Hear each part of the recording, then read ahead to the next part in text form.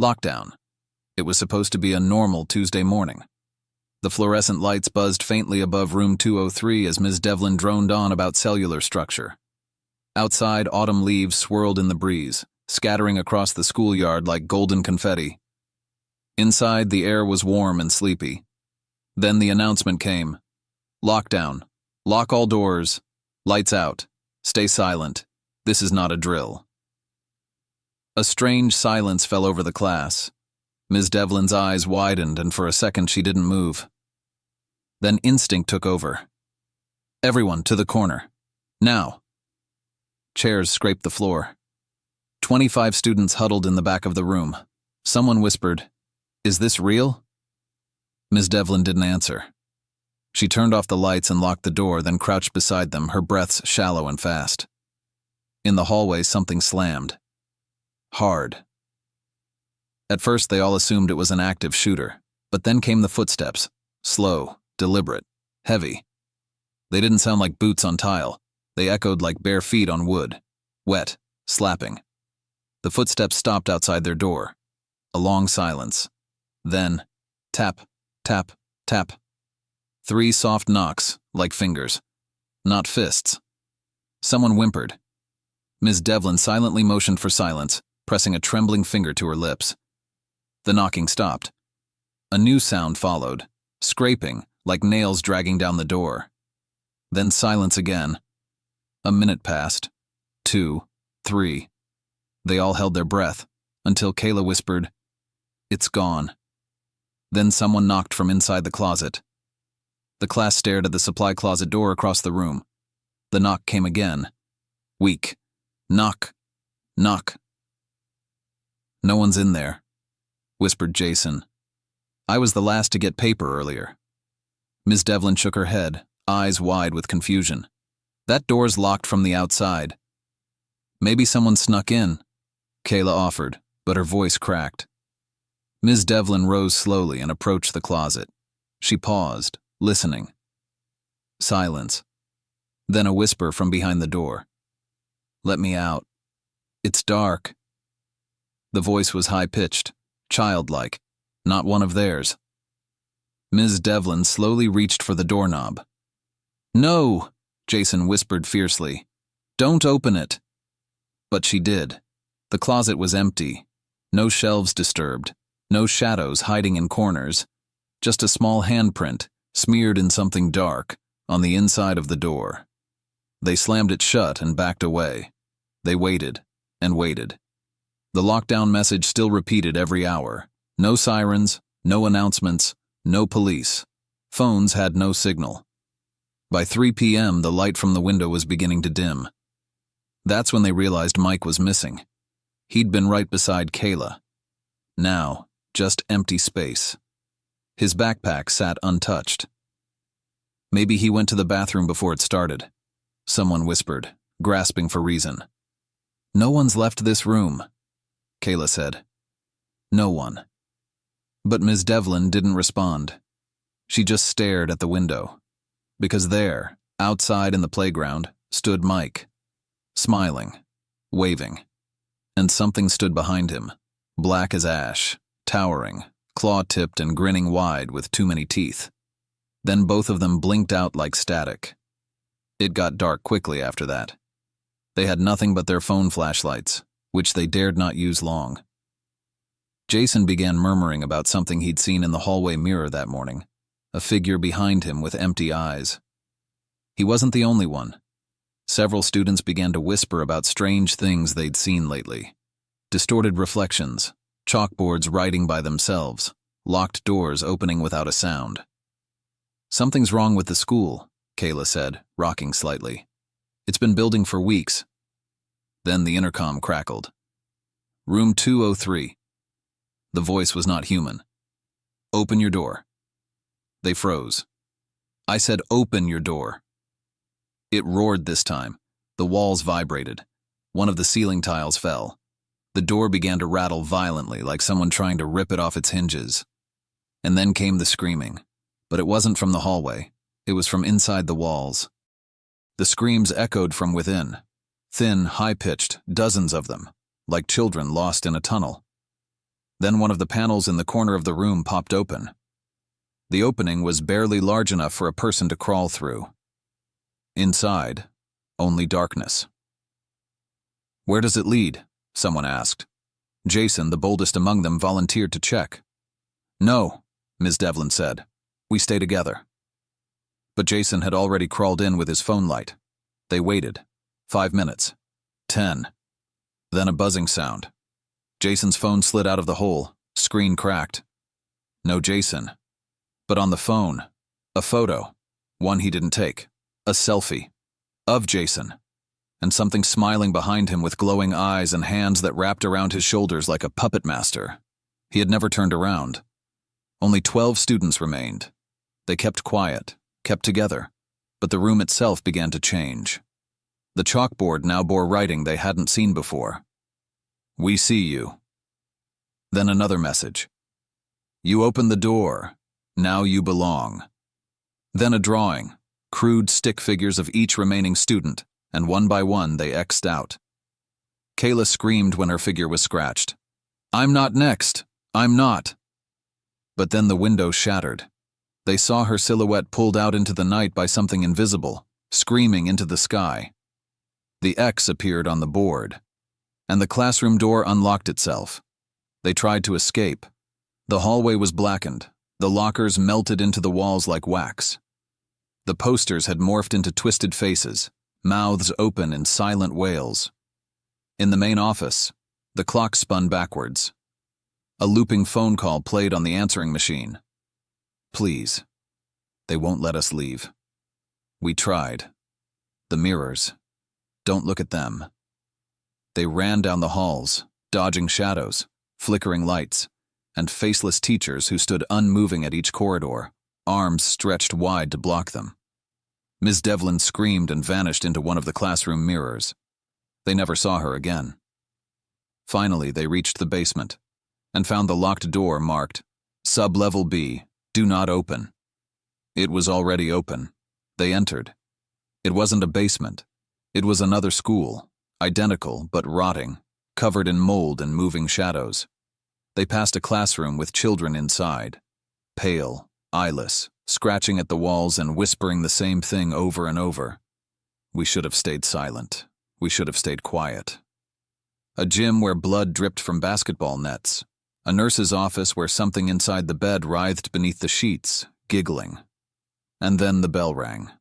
A loud, echoing brrrr that seemed to come from inside their skulls. They fell to their knees. Except Jason.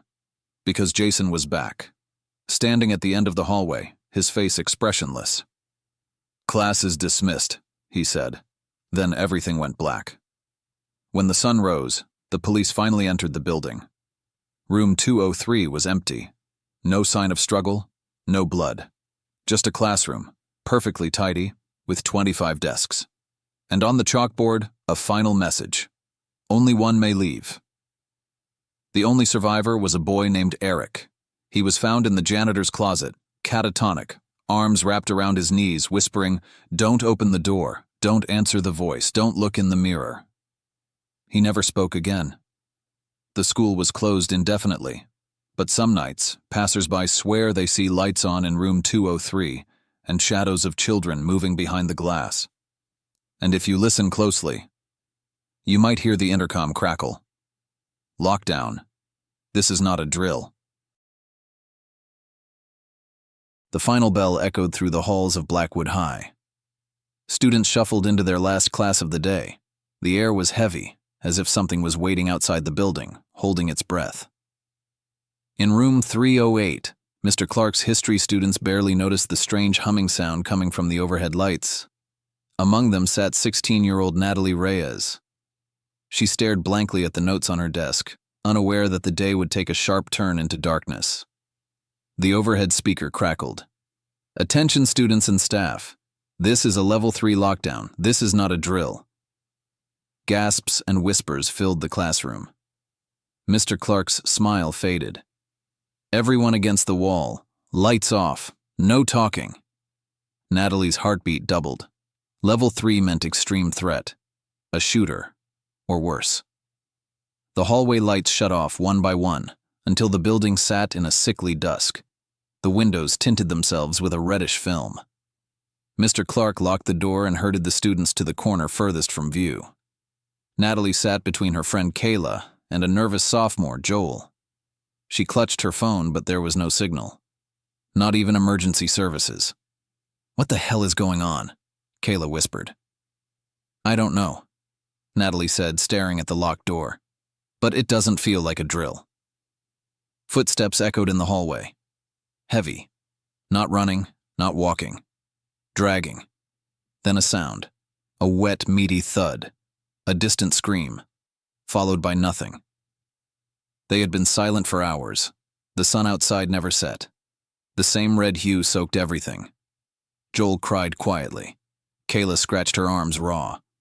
Mr. Clark tried to maintain calm, but the tremor in his voice betrayed him. Then a knock. 3 slow, rhythmic taps.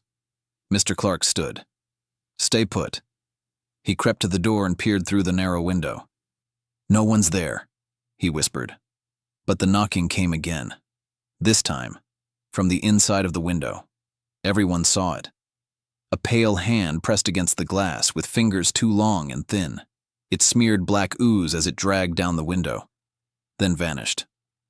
Kayla snapped. She screamed and sprinted for the door.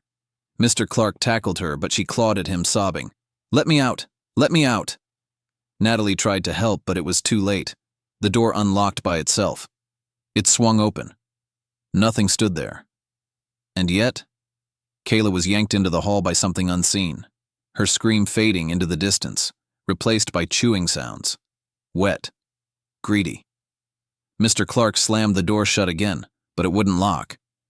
Instead, it fused closed with a metallic hiss. Natalie backed away. "What is this?" No one answered. Natalie couldn't sleep.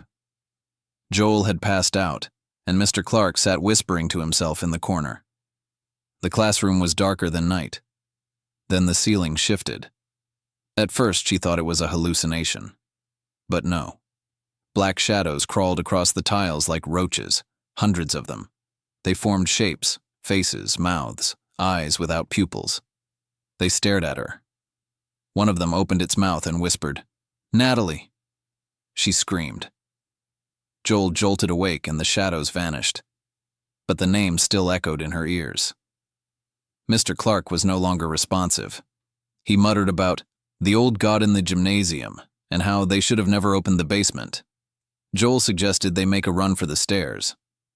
"I think we're underground now," Natalie said. They opened the door. The hallway was warped, stretched unnaturally, lined with lockers that pulsed like living skin. The fluorescent lights flickered above like eyes opening and closing. They ran. A screech echoed behind them. Something chased them. A mass of arms, legs, and screaming mouths.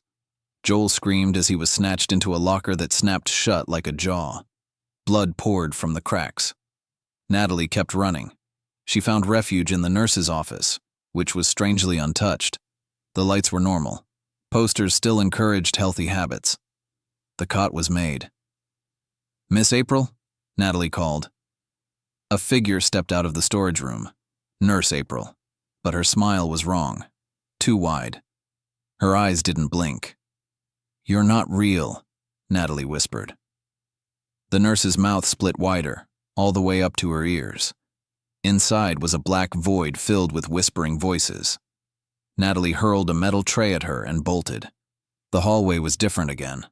Walls pulsed with red veins. She wasn't in the school anymore. She was in it. Natalie entered the library. Books floated in the air, pages flapping like wings. The shelves twisted toward the ceiling endlessly. A desk lamp flickered on by itself, and a voice whispered, "Do you want to know the truth?" Natalie nodded. A book dropped in front of her. It was bound in human skin. Inside were pages showing students, her classmates, over generations. Each decade, students went missing, always during a lockdown. Natalie saw herself on the last page. Below her name, the key. Suddenly the librarian appeared, a tall, eyeless creature with candles for fingers. It reached for her. Natalie grabbed the book and ran again.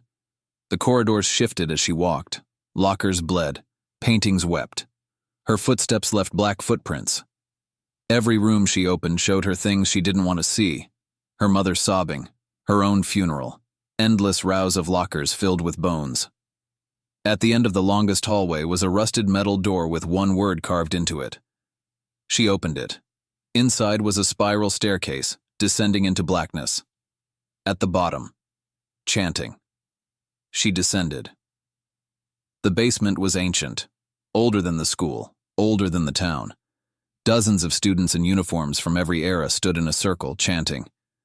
In the center, a hole in the floor pulsed like a heartbeat. Mr. Clark stood among them, eyes black, mouth sewn shut. "Natalie," he whispered inside her head. "You are the last. You are the key." "To what?" "To the gate." The floor cracked. From the hole something rose, a massive hand, then a head, not human but all eyes and teeth. Natalie screamed. The students grabbed her. She struggled, but the book she carried glowed. The pages flipped by themselves. A spell burned itself into her mind. She shouted the words. The students howled. Their skin melted. The creature roared in agony as the room shattered. Everything turned white. Natalie awoke in room 308. The lights were normal. The bell rang. Students left class as if nothing had happened. Kayla waved at her. Joel made a joke. Mr. Clark smiled. Natalie stared in horror. None of them had eyes. Every day after, Natalie relived the same lockdown, the same horror, the same sacrifice. Only she remembered. Only she suffered. Until the day someone new joined her class. A new girl. Wide-eyed. Curious. The lockdown began again. This time Natalie whispered to her, "You're the key now," and smiled. Thank you for watching this video. But if you want to support this channel, please comment on my videos active in YouTube, and I keep adding new videos every week.